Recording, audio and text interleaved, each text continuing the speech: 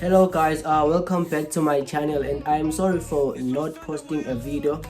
I've been busy lately, but then right now I'm back and we are picking up where we left off. Today we are going to be finishing chapter 13, and tomorrow we're going to be doing chapter 22, I think, so you better keep up.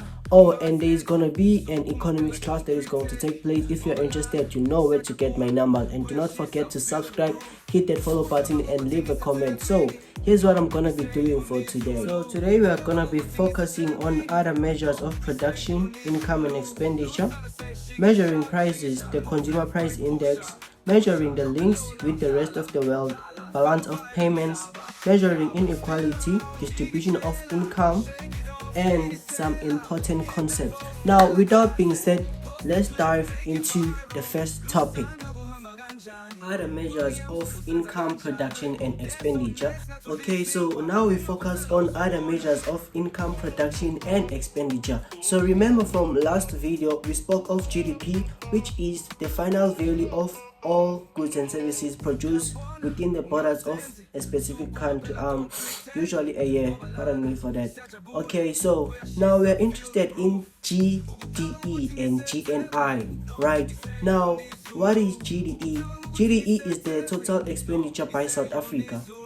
Since we are in South Africa, and let's go how do you calculate GDE? You calculate GDE by saying C plus I plus G, which is your consumption by household, and then investment by businesses and government spending. That's how you calculate your GDE. And now with GNI, how do you calculate GNI?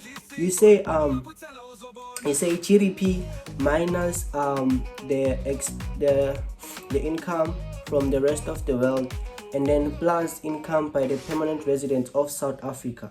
Now, without being said, we are done with that particular topic. Now let's move on to another one. If you have any queries, leave a comment, or if you're okay, let's move on. Measuring the consumer price index, now, which is also known as CPI. I'm not gonna go further with this, but I'm gonna point out what is important when it comes to CPI. Okay, grab a pen and a paper now and listen.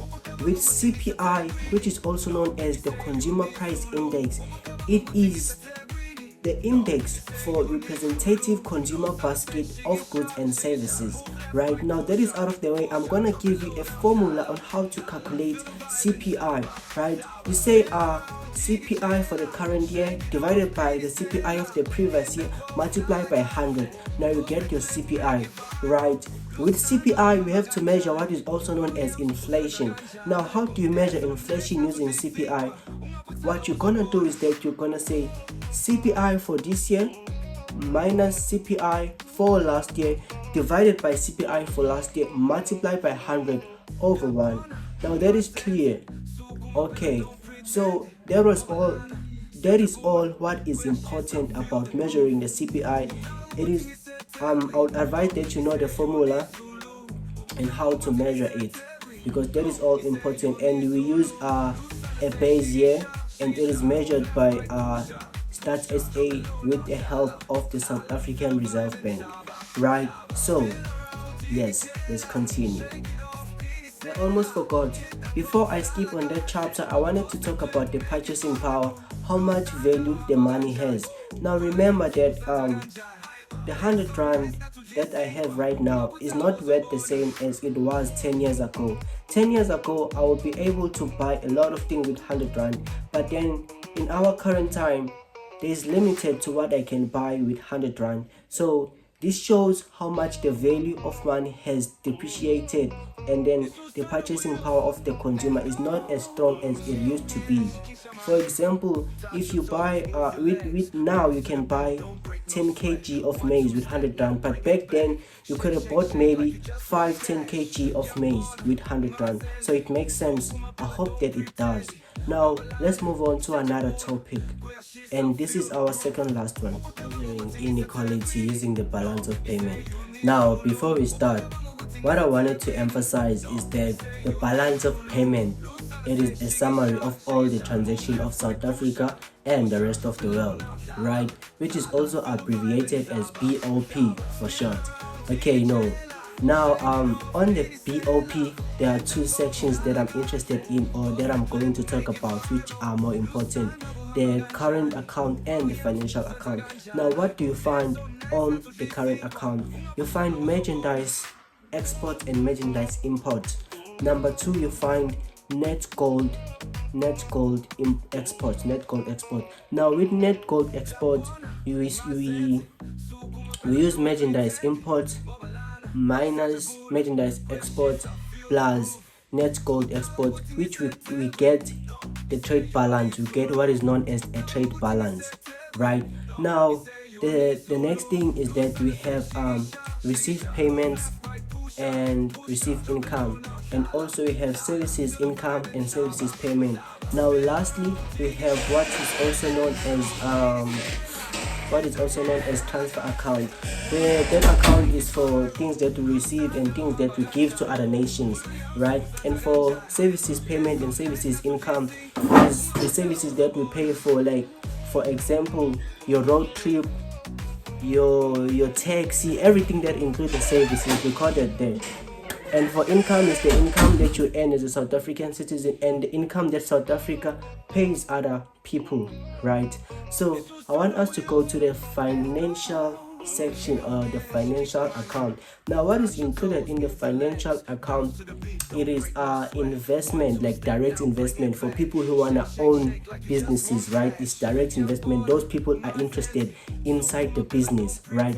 And then we have also what is known as portfolio investment. Those people are interested in assets, like they will buy assets from South Africa, or us as South Africa will buy assets from them, right? And also we can invest in other countries as South Africa using the direct investment. But the thing is that, and then there are other investments. Those investments are investments that are not recorded, but then they are not clear, but then they are recorded, hence they do not have an account, but then they are listed as investments. And then there are unrecorded transactions.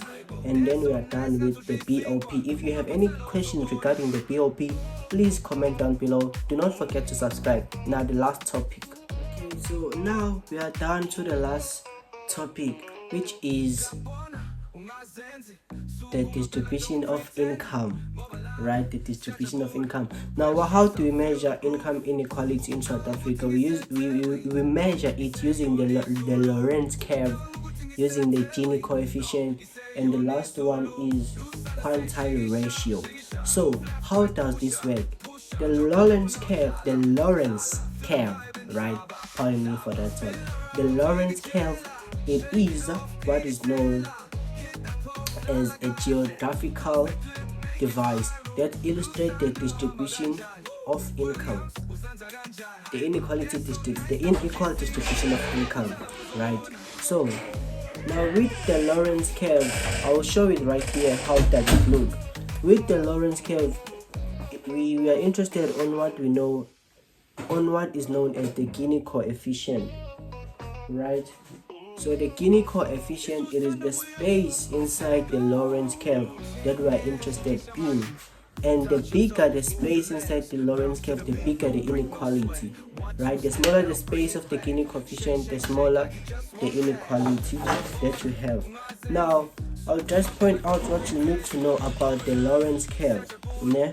So it ranges from poorest to the richest.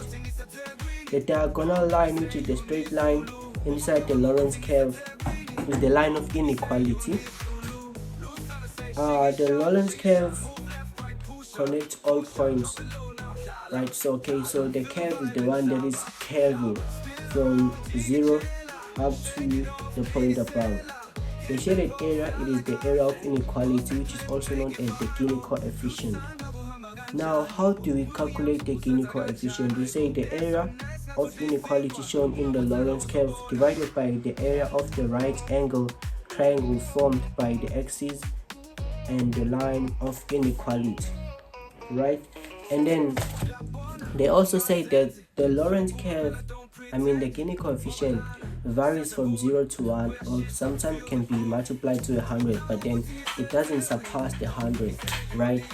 For example, if you get a 0, you can just say it's 0, meaning everything is okay, lapho. And our last thing that I wanted to touch is the quantile ratio.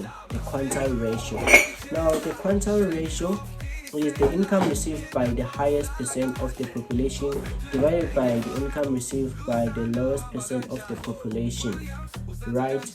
So if you have any question or clarification, leave a comment down below, and please do not forget to subscribe. Now come back tomorrow for chapter 22. Thank you.